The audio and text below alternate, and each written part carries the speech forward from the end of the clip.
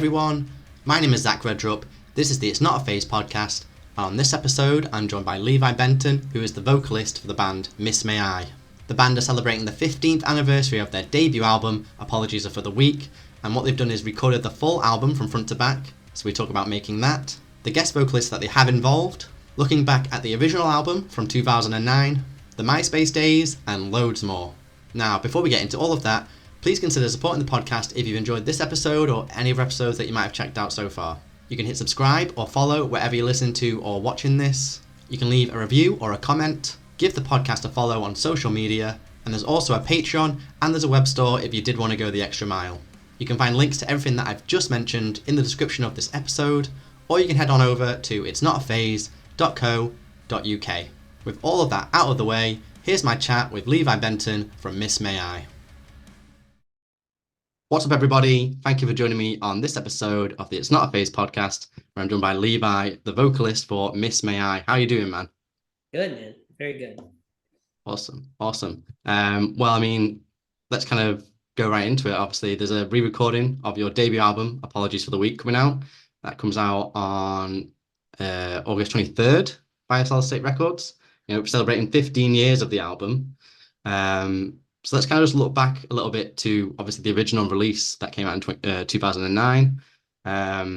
Obviously, as a debut album, that's a big step for any band. This big full length for the first time as a band. Do you recall what your feelings were like and anticipations within the band? Putting something of that size out for the first time.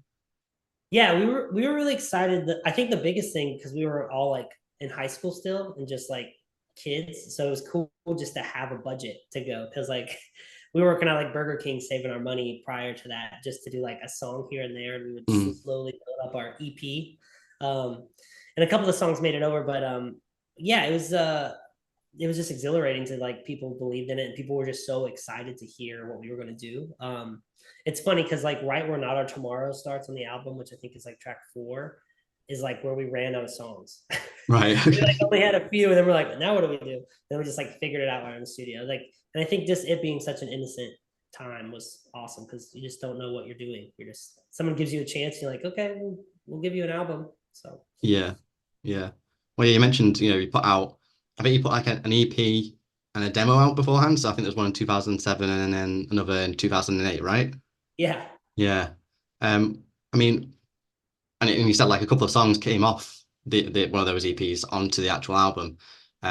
What do you think you learned from doing those songs, which made you kind of feel like, what, we can just bash a few more together and start making an album's worth of songs here? Well, that was the thing. It's like we didn't really even know. We were just sort of thrown. It was funny because how the scheduling worked was we were finishing high school, so the only deadline was it had to be done before we graduated. So right, it really had 30 days in the studio, so it was all just so foreign to us. And yeah, like that was our first time writing with a producer too, because prior to that, like our recording process was like one of the guys had a laptop in the band, and we would set it up in the kitchen and we would practice in the garage, and the sound would muffle through the house and whatever the laptop caught. Oh, wow. Okay. That was our recording. Wow. Because it was just too loud and we didn't know how to compress it. So we would set it, like, we would test it and be like, okay, we'll set it right here. And we'd hit record and we'd go play the song. We'd come back and I'm like, okay, we got demos. And it was just a muffled sound of us playing in a garage. And that's how we wrote songs for years until we went with a producer. And that was just awesome we met Joey when we were like 14. He did our first songs, like before he was who he was at the time. He was just doing local stuff for the Devil Wears Prada, and that's how we heard of him. But Prada wasn't Prada yet. Yeah. So it was just cool to write with him and him give input. And we're like, oh, this is really cool. Like, and just having production, like we would finish a song. He's like, okay, let's do an intro. And he would do all these effects. And like I said, all that was foreign to us, like 808s, all that, because we didn't have the technology. We were just kids. So yeah. Yeah. Was it a bit like overwhelming as well, I guess, because like you're going into this like proper process of doing songs, and it's like, where do we even begin compared to how we were doing songs prior? I think it would have been if we went. Joey was still young and punk rock and DIY still, so it was still like a garage in his house. Like, right. even though it was legit and funded by Rise Records, it was still super punk rock. Like we're ordering pizza, drinking energy drinks, staying up like days at a time. We'd stay up for like Wow. 2 days, just like loving apart. And he grew up in the same area, so all the local bands that inspired us inspired him. So we didn't have to like explain ourselves. He would hear a key and like a riff and be like, "Oh, that sounds like From the Shallows. That sounds like that." I'm like, "Oh, I know that freaking album ruled," and it was awesome. So he was like the sixth member. Yeah, that's why we went to Joey so many times. He's like a family friend now. So Right. Well, yeah. So you mentioned there like you signed to Rise Records. I think that was like towards the end of 2008. So I guess they heard the two EPs and the demos that you did and signed you off the back of that. So the big thing was there was Prada. So they put everyone's name, like our name, in everyone's ear. So we never sent out press kits, and we honestly weren't taking it professionally or thinking we were gonna take it professionally. It was just something we did on the weekends. I always say it's like we came from like a Pleasantville town, like just a nice little sweet Ohio town. And when the street lights went out and like you were skateboarding, it's like, what else are you gonna do? So we all were just in bands in people's basements, and then like bedtimes at 10, you go to school and repeat. So it's like we just were playing shows, or not, we were just playing together, and then we're like, we didn't even know there was a local scene. Right. Then like we were in a tiny town. It's like there wasn't venues. So then we go to like the big city that's like 30 minutes away. I'm like, there's other bands like us. And then we like learn local shows. And then yeah, we just started like climbing and this was at a time, this was like right when MySpace was starting. But this was at a time where like local shows was like 200 or 300 kids, Friday, Saturday, Sunday, every weekend, no matter what, because that was like what you did at nighttime. And yeah, we just started climbing up, and there was a lot of buzz about us. But at this time, like I said, we weren't like, we're gonna take it professionally. It was just like, man, on the weekends we freaking play awesome shows. And then there was this one show in Springfield, Ohio, that we heard that Voice Prada was at the show, and like nobody saw them. We're just like, they're in the building. This is crazy. And they saw us, and the Chris Ruby, the guitar player, texted me, got my number from somebody, and said he wanted to get into management. He was like the business guy of the band, and said he wanted to get into management and would love to talk to us. And he sort of overnight, like everything started changing, because he just was like, hey, you should check out this other local guys from where we're at. And if we didn't have that, I didn't know how to contact people. I wasn't like sending out emails or yeah, it was messages, and we were like 15, so I didn't know it was all foreign at the time. So yeah, so a lot of just winging it a little bit, I suppose. Yeah, and that's what was awesome, because like, and that's this whole album, it was cool, like coming back to it, because I remember where our head was. It was just hanging out with your buds, eating Taco Bell, and just like playing Call of Duty and being in a band. And like, then you gotta go to school, and then you're just like passing out flyers for your next show at school. Like there was no getting big or a CD in stores. That was like a pipe dream. Right. So. And life's very different now. The band's very different now, isn't it? So. Oh my gosh. And this album had such a big impact, which nobody knew that was going to happen. Like it returning now after all these years is nuts to hear everyone's story of how it impacted them. And especially people all over the world. Like there's people like Southeast Asia is huge for this album, and they're like, oh, I remember this came out, and I'm like, how did you even hear this album? Like that's insane to me. So it's cool. Yeah. And how did it feel being a part of, I guess, obviously as a part of signing to Rise Records, there was that whole, I guess, Risecore tag that was going around at the same time. What was it like being a part of that movement in some degree? It was cool. So again, I feel like I broke a record. Like it's nobody knew it was what it was, I guess. Yeah.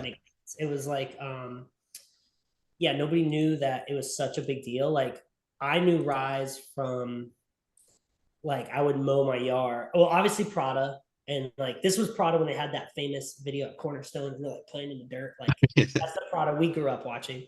And I remember just watching that. And this is not even, YouTube didn't exist. It was just like another video hosted. Yeah. This is nuts. But it was like me mowing my yard and like love Drop Dead Gorgeous. So it was just like Drop Dead Gorgeous and Prada. And then it was just, at that time, Rise was like in a 20-foot by 10 by 20 little office, 2 guys and an assistant, and like maybe some CDs on the wall. They had like the first time we went there, the elevator broke on the way up. Like it was like super dingy. Like it was just like these, So the Risecore wasn't really a thing until I feel like we realized the impact that label had on everybody. We knew it was a big deal because all I wanted was I think there was someone in Prada, like I said, I'll keep saying Prada a lot because they were just like our idols at the time. Because they were doing it. They were from our area and they were like getting out of town. Right. They had like the Rise Record shirt. And I remember when we signed, that's all I wanted. I was like, can you just Oh, the big R going down. That's all I wanted, yeah. Just to wear it to school and be like, I did this, guys. Yeah, it was all because there wasn't even like there was online stores, but like you weren't selling that shirt. Like the bands had that shirt. It was so low key. Yeah. So it was cool. Yeah. So yeah, it sounded like it's like a very at that time it was just very kind of I don't know like spontaneous, very loose. It was just fun. There was no like vision of making the band a career. Obviously, that was the would have been the hope, but it wasn't like what you were going for. So when you went into the studio with Joey to make the actual album, what was the vision on how the album would be as a finished product? I guess like what was the end goal with the way the album would be? So when we were in the studio, we were obviously like heavier than Prada, and we didn't have like the electronic aspect. And there was another band on the Rise at the time, which they were only around for a second, but they're from the area as well, but they were called At the Throne of Judgment, and they were so sick. They were like, but they didn't have clean singing. They were like, so we were sort of like the hybrid of those two Rise bands, and then our actual influences at the time came from like All Shall Perish and As Blood Runs Black, like way heavier than what we were doing. But we were like sort of playing ball to play the shows because like we love that stuff, but those weren't the bands getting the shows. So it's like to get the shows, you had to sound like Prada and do other stuff. So we're Right. like, we were trying to like find our identity in there and like our inspirations. That's why I think the sound now to where it's at is like they're coming out more because we're having more trust in ourselves of like and confidence to be like, here's what I really like. Like Yeah. I really like In Flames, so I'm gonna put some of this in there. But to like, yeah, just to like conform to the shows and get booked. That was like the sound we were following. And then Joey was a super metal guy as well. So I think that's why the heaviness and like the shreddiness came there. And then it was sprinkled with, which later became coined like some Risecore stuff. Just because at the time, like we loved it too, but at the time, that's how you got heard. Like you were that type of band. So, Yeah. Yeah. Well, I know that you're quite a big fan of like rap and hip hop music as well, and obviously you guys did that Swing cover. How much at that time, or even till now, how much does that kind of come into the music? I mean, in terms of like maybe the way you deliver the vocal cadences or anything like that? Yeah, I think for sure it's funny because I listen to bands now that I've always just listened to vocalists. Okay, this is another thing too, is I don't know why, but my brain doesn't work hearing the lyrics. I never hear lyrics. I just hear like the rhythm and the melody. I've never paid attention to lyrics. I'll love a song and I won't know what it's about. Because I'm not listening to the lyrics. I'm just listening to like, yeah, it's almost like a riff of the vocals. So I think that plays in part, like sort of like Dahlia and stuff too. It's like the vocals, there's a riff happening, but there's an entire other melody because the vocals are so dynamic. And that's sort of why I'm now in my later years listening to hardcore music, but I never listened to hardcore because like I love the riffiness of vocals, and hardcore really doesn't have that. It's like that's why I love like All Shall Perish, because he would do a whole range of everything you could possibly do in one line, and I was like, that's nuts. Like that's what I want to do. But yeah, and then the Swing thing was crazy because that was pre like monetization and like rights and stuff. Like it was still the Wild West on the internet. So there was like I think Still Fly and all that stuff from Prada came later. But like it was like coming out at the same time, but theirs was like legit with rights and the Punk Goes albums. Yeah. There wasn't like now you can put something up and the internet flags it. Like that did not exist for like a decade later. So we were just I vividly remember driving home with Chris because I didn't have a license. So Chris and Prada like drove us around. He was like our big brother. He bought us food. Like he literally just like took care of us and loved what we were doing. And we heard that and we recorded it in his apartment. It was him and the drummer and the guy who he's a huge producer now, Tyler Smith. He does all the Falling Reverse, but he was just living in that apartment too. Like just a bunch of apartment, like it was on a college campus. we were like super underage, but hanging out with these college kids. Like, this is crazy. But we did Swing and just put it up, and that's the song. Like, other than our band being the way it was and like getting local traction, we were only still getting a couple hundred plays a day. Like locally, we were cool, and Prada talked about us, but nothing like popped yet. Right. And we put Swing up, and it was like overnight. We went from like 200 plays to like 200,000 plays a day. Like, and all my friends at school thought I was like fudging with it because I was the computer guy. That's what I do now. Still, I'm like a developer. I've always been the computer nerdy guy in the band. And everyone's like, "What'd you do? What'd you tell?" I'm like, "I didn't do anything." I'm like, I swear to God, we put it up, and I'm like, it's crazy. And that song just like catapulted our band. So like, yeah, it was nuts. It just overnight. So, and but we didn't own it or nothing. Like Savage never sent us a cease and desist. Like it was just sort of organically out there. We never like made a penny off of it. It was just like sort of a driver for people to be like, "Oh, this is pretty cool." Because technically the beat is like a breakdown the whole time. That's what we just want to do. We're like, this is just a breakdown if you play the riff as a guitar. So that's all we did. Yeah, just a kind of a way to reel in people to then listen to your other material, right?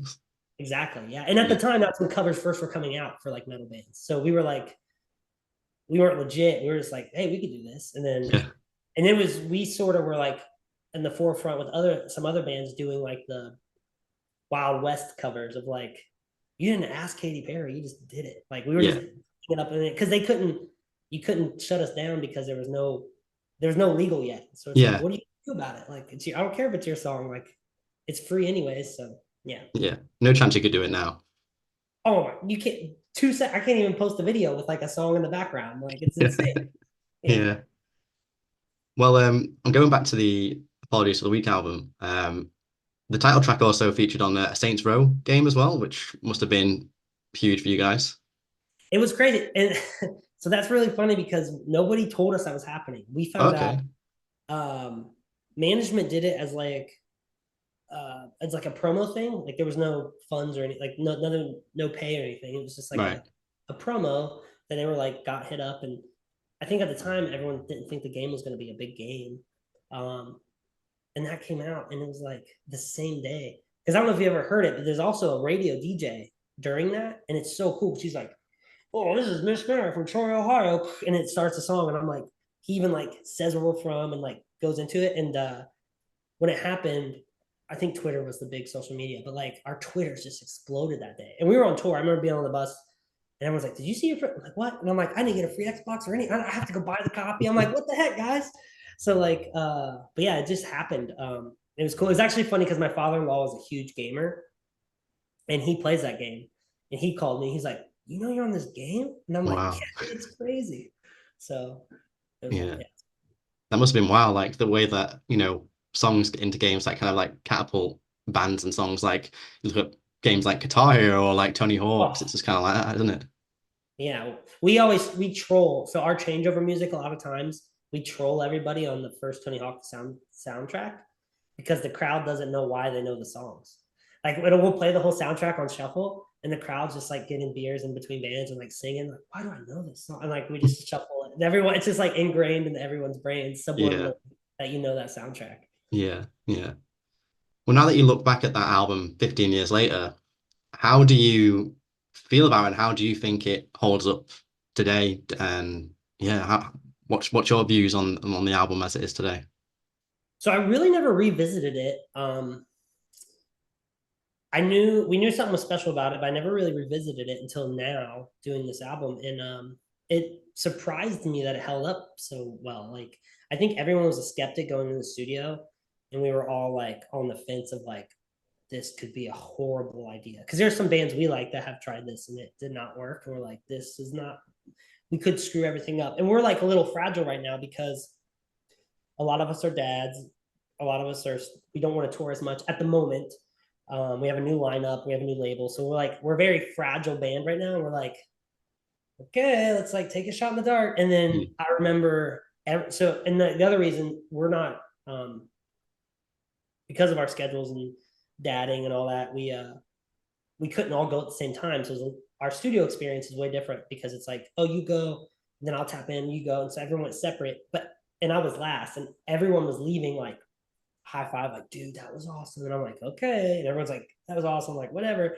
And I remember the first take, I like it like all meshed. And I was like, oh, this is gonna be so like that was when I realized it held up, was like the first take with the new sound and just new technology and like better performance. Like at the time I still didn't know what I was doing vocally. Like a lot of that stuff is either generated or like 2 days of takes to get like one line, because I was like, this is what I wanted to sound like. And Joey's like, you don't know how to do that. I'm like, I know, but I want it to sound like this. And we would just like try so hard to get like one word. And now it's like, after doing it forever, it's like, oh, so. Yeah. Well, how does it feel knowing that this long after, it still holds enough kind of recognition and regard to fans that, even this re-recording could even happen? Dude, it's just so humbling. It's like, it's really unbelievable. Like I don't, because we've had 7 albums, and we hear things from other albums, and the main thing we see is like, you see like we see our symbol tattooed, or we see like an apologies for leak tattoo. We really don't see anything in between. So I don't know, man. It's humbling, and it's just crazy to me, because it was like we were just, compared to all the other albums that had crazy budgets, all these like stores, all these other inputs of like Target and record label, like all these things that you would think those would have this crazy impact. And the one that was like in a garage was like the one that changed it, which is funny because that's how it goes for like all bands. But it's like, yeah, it's surreal to me. And it's cool now that like younger people that there's like kids that were raised on this album that predate, like the album predates their lives. And they're like, oh, I love this album. And I'm just like, whoa, like we literally were leaving for tour, and it was all in our minds, like, hey, if this tour doesn't work, we'll call it. Like, no strings attached, we're cool. And then I remember going to the label and being like, hey, I just want to sell like 500 records. And they were like, his name was Matthew at the time. I think he's still there, but he like tapped me on the back. He's like, oh, we're going to sell way more than 500 albums. And I was just like, there's no way. And like, yeah, it was crazy. Because the one sleeve was 500, or like one box was 500 albums. And I'm like, I just want to sell, like all I wanted was to sell that box. Yeah. Just please buy this box. And then, yeah, like 200,000 albums later, you're like, what the hell happened? Yeah, that box definitely sold. Yeah.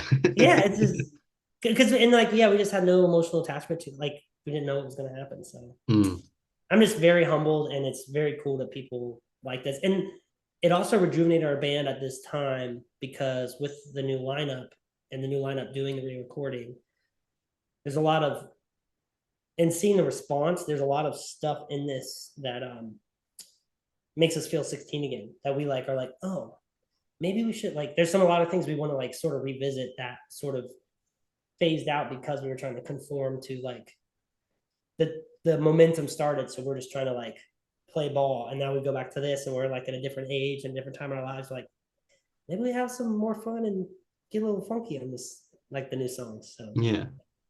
So you feel like it's like energized you a little bit then doing this? Tenfold. It's crazy. We moved the headquarters last week. So we moved our storage unit, like, not that we weren't energized or into it. We were just like, and I'm not saying we're burnt out. We were just tired. We've done it for 15 years nonstop. Until we had kids and the pandemic happened, we toured 9 to 10 months a year. But like, we did not care. We would have done 12 months. Like, we just, and our wives knew that, like, everyone, this is just who we were, what we did. But then it sort of just becomes like a job. And then, now with this and having like a work-life balance, it makes the band so exciting, because we rarely get together. When we get together, there's a reaction like there is now. And we're like, whoa, like, this is really cool. So like, yeah, we just moved our storage unit for the first time in like a decade, and there was all this trash and like just stuff, and we're like cleaning stuff up. We're like, hey, this is like a second chapter. We put it into a nicer place. We're like, okay, let's get dust off the stuff. And like the production on the next tour is way different than we've done. We're like, it's a whole new chapter. So yeah, it's exciting. Yeah. Well, when you look back at like what the scene was like then to how it is now, and your place in it then to now, like, how do you feel that that's changed? Oh man, it's weird to be like the like the old guys, like you're not the new kids on the block anymore. Yeah, 7 albums in. So I know, and it's cool that it happened for us so young because like we could still keep up a little bit. It's not like my back doesn't hurt too much yet. Like it hasn't caught up. And the other thing is, I think I don't know why it took us so long, but just like a lot of confidence. Like there is just we're not as stressed anymore. We like know why people want, and like we know why people want to hear us. And if you haven't heard us or don't like us, we don't like take it to heart like we used to. We would like if we got one bad review, we would like rebuild everything just on that one bad comment because we're just like, no, everyone has to like us. And because yeah, it was just like it was so all our eggs were just everything was just so focused on it. And now with like, and I think everyone's like this post pandemic, and a lot of guys is just like that are become fathers in bands. It's like you just realize like how special it is now that you get to like step out and look at it. But yeah, it's cool now with these younger bands because I don't know, you can like tell like when we meet these younger bands, I can like tell that they're like, dude, that first fucking album. They're like or the guitar players are like, that's like the like I got to meet I got to hang out with Post Malone once, and he was telling me when he was trying out for Crown the Empire, he was playing Forgive and Forget for the tryout. And he's like, I fucking love that album. And I was just like, what wow. are you talking about? I'm like, this is just insane. So like, yeah, it was because at the time we were making $5 a day, eating shit. Like the album was doing its thing, but physically we didn't see all that. You know what I mean? Yeah. Like we were just $5 a day was fine. We didn't, like I said, we didn't care, but like it wasn't all glorious during like the explosion of the album. So yeah, it's crazy. Well, yeah, well, you were just kids back then, weren't you? Like you were just Yeah, come and out of we didn't school. care. Yeah, and like I think about back on decisions, like we didn't have really any bills. So it's like we literally said yes to everything. Like we would play for like $100. Like I didn't because we didn't like know what we were doing. Like who cares a backdrop? We'll show up and play. Like we just literally said yes. We just wanted to play. And like it wasn't until like later that we're like, oh, like there's ways to do this and get the bus and do the cabs and the pyro and that. And like it's I think because we started so young, we're just now figuring that out. Like the bands that got big in their mid-20s and like their 30s are like light years ahead of us because they were just adults when their bands got big and we were just kids when our bands got big. So we were just like, we just were screwing around. Like, which like, so I would like, some of it I wish I could like change because of the decisions we made, but it was also like, I wouldn't take it back because it was like summer camp with like my best friends. So it's like, Yeah, think about some of the memories you made. Like oh my gosh. exactly. Yeah, I'd be like, let's not go to a hotel. We're gonna go to this guy has a pool. We'll just spend all our money to go to his house and like we'll buy all the beers and like and then when we should have like saved it, put it in an account to get the next vehicle, we're just like, we're gonna go fucking skinny dip and this is gonna be sick. Like, let's go. Like Yeah. yeah. Well, there's that saying, isn't there? It's like you can always make more money, but you can't always make memories. So It's true. It was the best memories. It was the best. And it's cool because like all of our significant others have sort of been with us the whole time. So like it's sort of like a big family that got to experience it all together. So yeah, now that it's now when I have like 2 strollers and Jared has a stroller and we're at the zoo, we're just like talking shit about all these like stories. And I'm just like, man, that wasn't that crazy that one time. Like, like it's just, I would never change it. So yeah, yeah. all these grays though definitely come from all those times. Yeah. They're like scars. That's right. It's my wisdom. That's why I'm not dying them. I have some friends that are like, you should dye those. I'm like, no way. I earned every one of these. Yeah. Every bump on the road when I was sleeping on the floor of the van that hurts my back. I'm like, Yeah. I love every one of those bruises. Well, yeah, so 15 years later, obviously you re-recorded the album, and there's so many ways that bands, celebrate like 10-year, 15-year, 20-year milestones. Why did you decide that, we'll celebrate by re-recording the album front to back? It was sort of we were changing labels and it was something we toyed around with. I don't think if we would have just re-retract it and put it out, I don't think we would have said yes. One of the headaches was we're not a band that's had a lot of guest vocals, so like, and so that was something we were sort of like cashing in on. And then the other thing was like, because I could finally ask my friends that because I'm not the guy like every album like, hey, you want to do this again? You want to do this again? It's like I've never asked, so I'm like, hey, we're doing this fun thing. And then I think because we've done so much as a band, and a lot of like innovative stuff as a band, like promotion wise and marketing wise and like just music wise. We were just like burnt out. So like we've just tried so many things. So going into this, we had to make sure like if we're gonna do it, let's like do it differently in our way. So it's like at least even if it doesn't work, it's like it was every time we try to do something, we just want to do it like different. Like I try really hard, which obviously doesn't always work in our favor because it's like, oh, you should follow this because it statistically works. And I'm like, yeah, but it's already been done. I'm like, let's mix it up. So sometimes it shoots us in the foot, but yeah, we just mixed it up. And I think that's what brought the excitement. Because if they would have said we would track it, let's put it out, I think we'd have either said no or we would have just not taken any interviews and been like, whatever, let's put it out. But we were like, let's do it funky. And no one thought we could get our friends on it. And I literally got everyone to say yes in like under 48 hours. It was just one text to like everybody.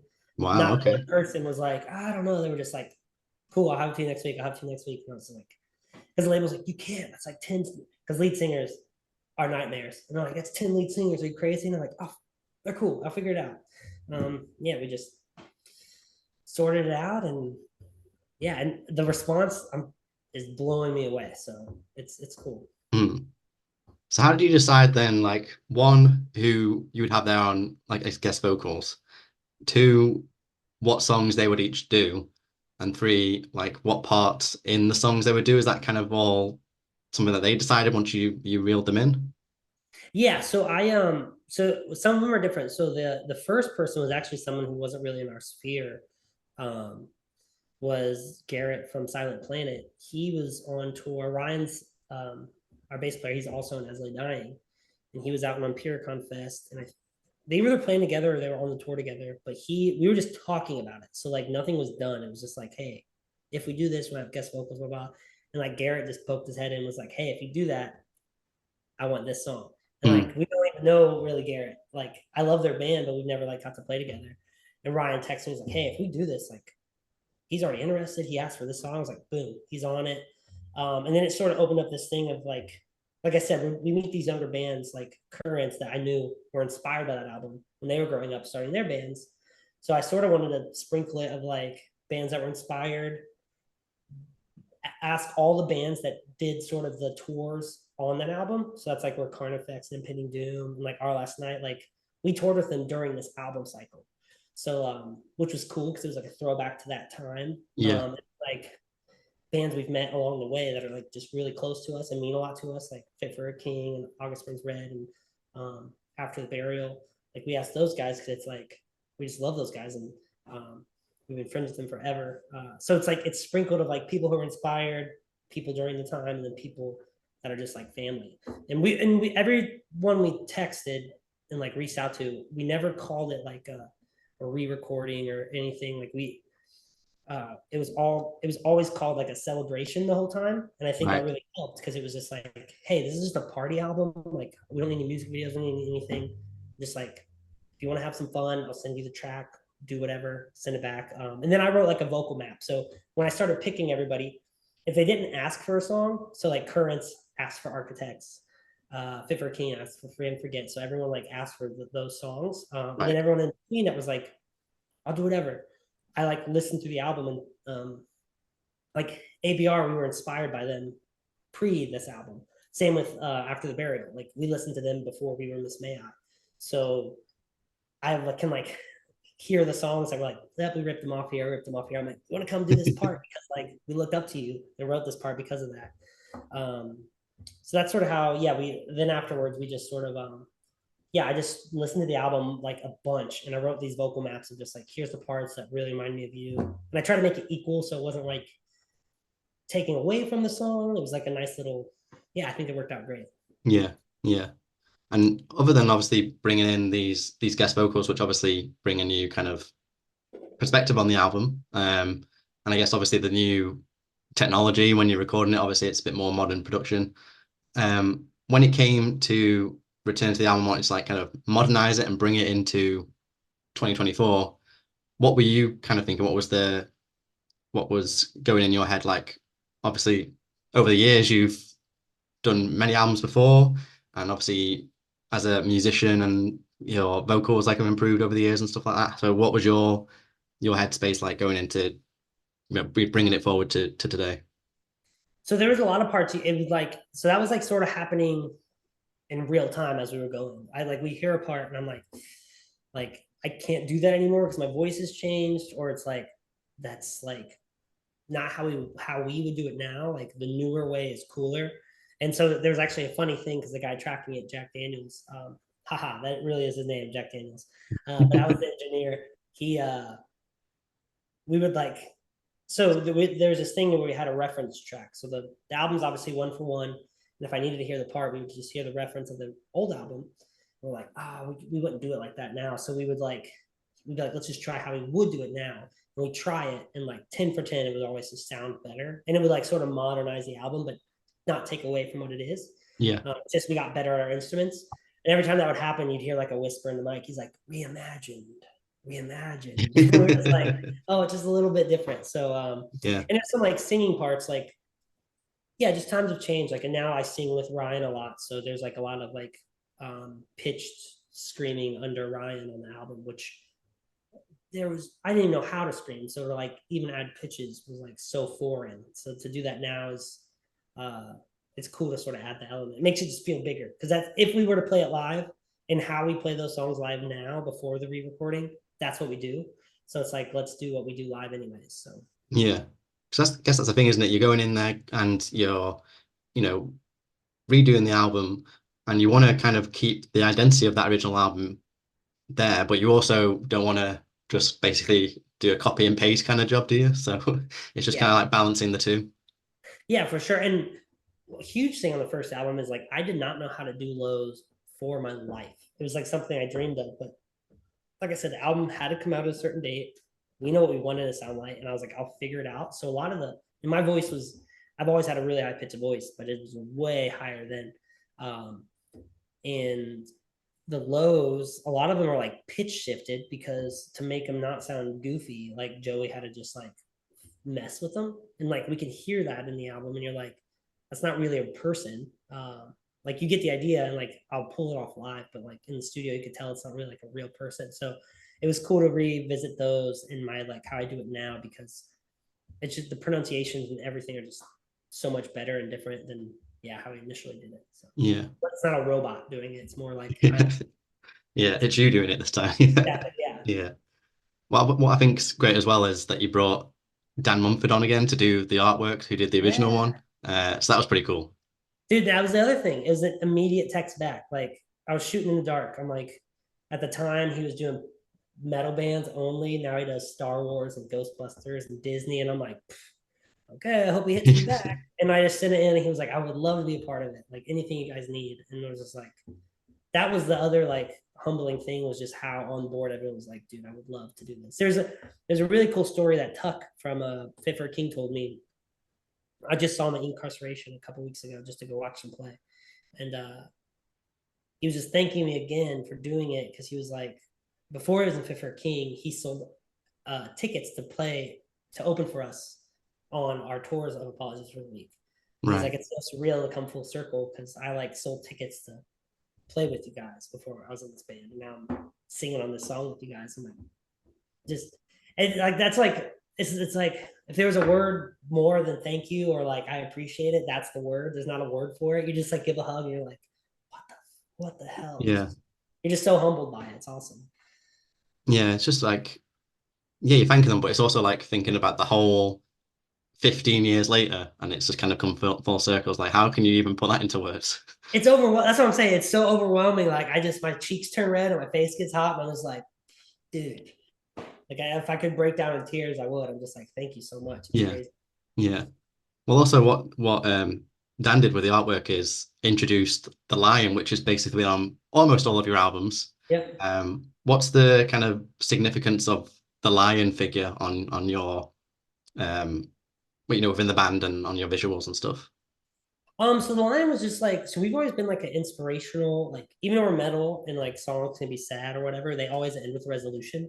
And that's always sort of been a motive of mine, just because like, those are the albums I like. I like to like feel empowered when I hear an album, and I don't know, like, to us, the most empowering thing is like a lion. And some of those songs before, So a lot of the songs that came from our demos before they really had meanings, we were just writing the most obscure, crazy things to get people's attention. So it's like there might be a story, but the words and stuff are just as insane as we could make them, just so people would be like, "What the hell did he just say?"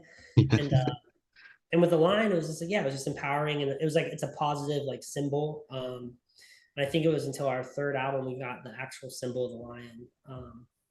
And that has like a bunch of special things, like our actual symbol. When that came out, there's like 5 points. Well, it's actually crazy now because there's only 4 of us, but there's 5 points because there's 5 guys in the band originally. And then he's got 7 teeth in the middle because we started in 2007. So there's like a bunch of stuff in there. But it just means a lot to us. And it's just, yeah, just like an empowering, positive animal, and sort of like a larger than life figure that we like wanted to portray. Because like when people meet us, we are very tiny guys. We are very not muscular. We're very soft-spoken. And that's obviously not what our music portrays. So it's like, it's sort of like our great Oz, and we're like behind pulling all these things. So it's like it's sort of who we want to be, I would say. So. Yeah. And what's it been like working with Solid State on this project? Because this would basically be like your first release through them, wouldn't it? Yes, they have been so cool. And I'm this isn't like every label has been amazing. Like the only reason we changed labels is because our contract's up. And like I said, we just get not like bored. We just want to like change things up. It's like if you do the same thing a million times, like Fit for King's been on Solid State for 12 years, which is like obviously that's really cool. But we just like to, I don't know, just like, and I do that in my own life. I just am like, okay, like let's mix it up, because I just get so bored. It might be the ADHD in me, but so we mixed it up with them when our contract was up at Sharp Tone, and they've been so cool because they just let us, not that every level didn't let us do this, but like they really let us do whatever with no questions asked. They like really trust us. And I think that makes us feel a lot like how we did when we were 16 again, because they had to trust us because there was no proof of concept. It was like, they're like, there's these guys, no one's ever heard of them. Like, let's just see what they're going to do. And then so we had full trust. And now we sort of have that again, because even though Miss Maya has like a big commercial name, there's always been like politics, but these guys like do whatever. Like the MySpace, like that was just me screwing around with my developing buddies, and like I didn't have to ask for approval or anything. So it's like, yeah, publish it, let's see what happens. Like, and that was just crazy because I didn't send it out for approvals. I just like made it. Nobody saw it until it went live, and I was like, I promise it's gonna be so sick, and like people are gonna love it, and it did great. So like it's just nice to be able to do that again and be like, hey, just let me. Like the production on this next tour, not that labels really have production stuff, but it just feels good because I'm like, no one's gonna say yes, or no one's gonna say no to this. So let's just do whatever we want, because like we're the ones making the decisions. Yeah, it's a cool feeling. Yeah, you mentioned that MySpace that you put together. That's such a cool thing to put together. Like so out of the way, and it's like, is it strange as well, like how different social media has changed and how you would promote a band? Obviously with MySpace, that was like the thing back when this album came out originally, and now you've got Instagram, Twitter, well, it's X now, and TikTok and everything else. Yeah, and like it's funny because I've regressed so much, even though I'm like a developer. Like I was the one who, we were the first band on Rise that had 1 million people on Facebook. We were the first people that had custom developed MySpace. Like we were a lot of first, because I used to be obsessed with that stuff. And it was just like, it did such a bad thing for me, like mentally, and like took away so much of my like self, that like now I like despise it and sort of hate the socials because it's just so consuming. So like, which that's why we're not really like I would love to be a TikTok band, and maybe someone can like help us. But we're not like a TikTok band, all that, because I just like, and that could be hurting our band, but it's just like at this time in our lives, we've like been there. Like I'm like, dude, I was on Zanga, I was on MySpace, like promoting our bands. I'm like, guys, I'm like, I just want to be a good band. Yeah. So I don't know, that stuff. Yeah, I'm like a little burnt out on it, but it was cool to revisit MySpace also because it was so shitty. Like when we were rebuilding it, I was like, oh my God. Like we changed so much of the user interface from the original because it makes literally no sense. Like if people saw some of the stuff that was actually there, like younger kids, I was like, they wouldn't even know what this button means. So like I took a lot of stuff out because it was just so dated. Like you had to be there. You're like, oh, this makes sense. Like then, yeah, we redesigned, and then it was also we had to hold ourselves back because we made a database and everything for it. Like we almost were like, oh, you can comments, you can like. I'm like, wait, we're not gonna remake the whole thing. I'm like, Yeah. dial it back, let's slim it down. But we were getting We're in the next Tom. Exactly, we were getting carried away. I'm like, oh, we could just do this and we have likes and charts. I'm like, no, let's just release it. So it was also exhilarating to do like a 1-for-1 copy. And there's just so many people that weren't around then. So it's like we had some comments from these, like you could see them on the comment threads. They're like profile pictures. They're like teenagers. And I'm like, you don't even know, dude. Like you weren't there. Yeah. Did you have a personal MySpace back in the day? Oh, yeah, dude. I was the one who every day, like, so my like first job was at Burger King, and I worked with Jared, our drummer. We had long hair, we had fishnets. We were doing. He was burger board. I was the specialty board doing chicken sandwiches, and I remember, and I was doing all the custom MMI stuff. So I just did it for fun. And I did it for another band. I was like, hey, can you do this? And I got paid as much as I did a whole week of work at Burger King. And I quit Burger King like the next day. I was like, screw this. I'm just going to do custom MySpaces. And that sort of got me into like what I do now. Yeah, I had a MySpace. I was up late. I was the one literally, I like almost failed out of high school because I just did no work. I just literally would get out of school and I'd sit on my mom's computer, and I would just, because we were in a small town. So other than hanging with my friends, there was nothing else. I wasn't like in sports. And I've had the same girlfriend since I was 15, but she lived like 2 hours away. It's my wife now. But like, so I was just on my mom's computer, just adding people and like looking up how to code and just make our MySpace better and be like, how do I tell people about us? And yeah, just literally all the time. I was for a second, I was Lethal Levi was my. I was gonna say, what was your MySpace name? And then my wife was Jurassic Jojo. We all had cheesy names for a second, and then it went away. Yeah. But yeah, we were, and it was always about pushing the boundaries. Like, and I think we still do that. It's like sort of the MySpace was like, okay, here's like the technology. How can we push it to be different and just like get everyone's attention? Yeah. Whether they like it or not, I just want your attention. Take a listen. If you don't like it, it's fine. But like, I just want to like do something weird to like get your attention. So like, we would hijack pages, and I would put like countdowns, and I would, dude, I wish I had screenshots. Our MySpace was fucking crazy. Have you tried Wayback Machine? You might find it on there. Oh no, I have not. Yeah, just look up. It's called like Internet Archive or Wayback Machine. Just put in whatever the myspace.com/MissMayI Band, whatever it was. And maybe there's like screenshots, and you can have like a little look and see what's there. Yeah, I have to check, because dude, yeah, for the first apologies, I went, dude, it was nuts. There was like a flash counter, like stuff that people have never seen on MySpace before. And I was just like, technically it's a div, so I couldn't install it. And I was like, just like pushing the boundaries. And like the MySpace would be so clunky loading, but it was like, once it loaded, you'd be like, what the hell? Yeah, so we just tried. And that was like, obviously you weren't loading stuff on your phone. It was a lot different. If you loaded something on your phone, it was like $30. It was like, close it. Yeah. Don't open up Google on your phone. Yeah. Yeah. The good old days. Good old days. Yeah. Well, look into the future. You've got a tour across the US in October. And then you've got your own festival, Relentless Fest, which will be pretty cool. And then I think aren't you performing the whole album throughout that tour and that festival? Yeah. The whole tour and at the fest. We're doing front to back the album, and then we have some new music we're playing, which we're very excited. That's no one's heard yet, and then some old bangers, and then like I said, the production's just really different, and I'm very stoked because I like the pretty stuff in the band, so I'm excited to change it up. Yeah. And are you planning on making the festival an annual thing? Obviously, depending on how well it goes, and just it'll be annual. So it is first annual. So we used to have a Christmas festival, and it was in our hometown Dayton, but Dayton doesn't have a venue anymore. So long story short, we were like hijacking a wedding venue and making it a rock show once a year. We did it 2 years in a row, and it sold out, and people were really excited. We had like a tattooed Santa that you could meet. Like we did all this fun stuff, but like the venue was just like, this is a lot for us. So we stopped it for a couple of years.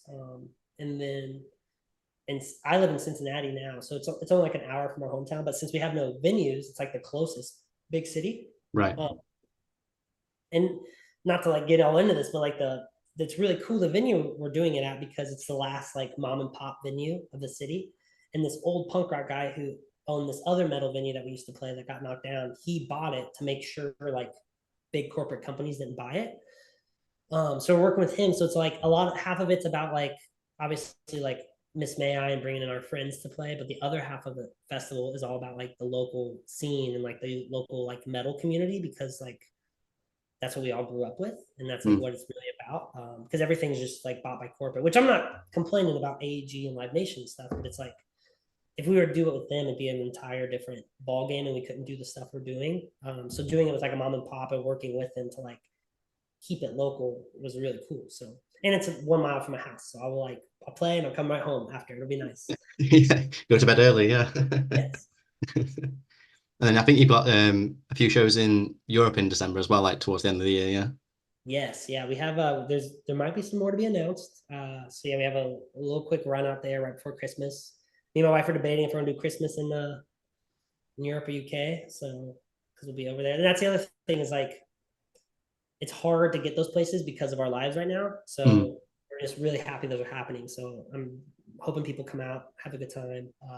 I wish it was a 1 month tour, but just because of life right now, it's a little hard to stay out too long. So yeah, we're very excited. I need some Nando's, I need some fish and chips, I need some English breakfast. Yeah, dude, I'm excited to play, but I'm really excited to eat. Get the food, yeah. Yes. Yeah, only a few months away.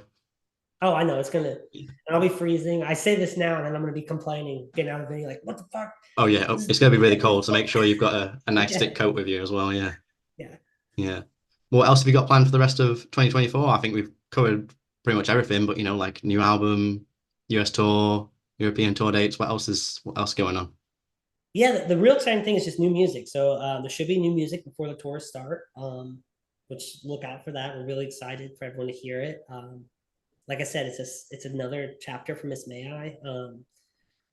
Elijah, the new member of the band, really has just like, it's just different. And I think people are really going to like it. And it's just going to be refreshing. It's refreshing for us. So I hope it's as refreshing for us as it is for you guys.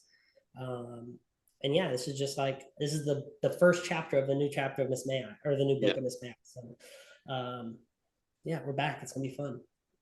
Awesome, man. Well, yeah, thanks very much for taking the time to speak to me. As I was saying before we started, Apologies for the Week and Monument as well. They were like big albums for me when I was like coming up in the scene with my swoopy fringe and stuff like that. I used to run a site called Dead Press, and I had a writer go and interview you because I couldn't attend to do it because I was working or something. And you won't remember this, but you got this ground ginger signed by you. Oh my gosh. Yeah, stay about because of the ginger hair, obviously. That's great. My signature and slogan, it's a 1 for 1 how it still is too. That's crazy. Yeah. But yeah, it's great to actually speak to you, man. Thanks for having me too, man. I appreciate it. Of course. Any final words before I let you go and enjoy the rest of your day? No, just thanks for supporting us all these years, man. Like I do appreciate it. Even like with Dead Press and then what you're doing now, like that's awesome. You guys keep this stuff going, so I appreciate it. I try to, yeah. I try to. Yeah. Awesome. Hopefully I can see you. I know it's holidays, but come hang out, man. Yeah, fingers crossed. I'll do my best, man. Yeah. We'll see what happens. Yeah. Oh, yeah. Catch you later, dude. See you, man. Bye. And that's it. Thanks so much for tuning in to It's Not a Phase. If you enjoyed this episode, then don't forget to hit subscribe so you don't miss out on any future episodes. Leave a thumbs up if you're watching on YouTube. Follow the podcast on social media, and maybe even join the Patreon or grab some merch from the store. You can find everything that you need at itsnotaphase.co.uk. That's itsnotaphase.co.uk. Thanks again. Hopefully catch you on the next one. And remember, it's not a phase, it's a lifestyle.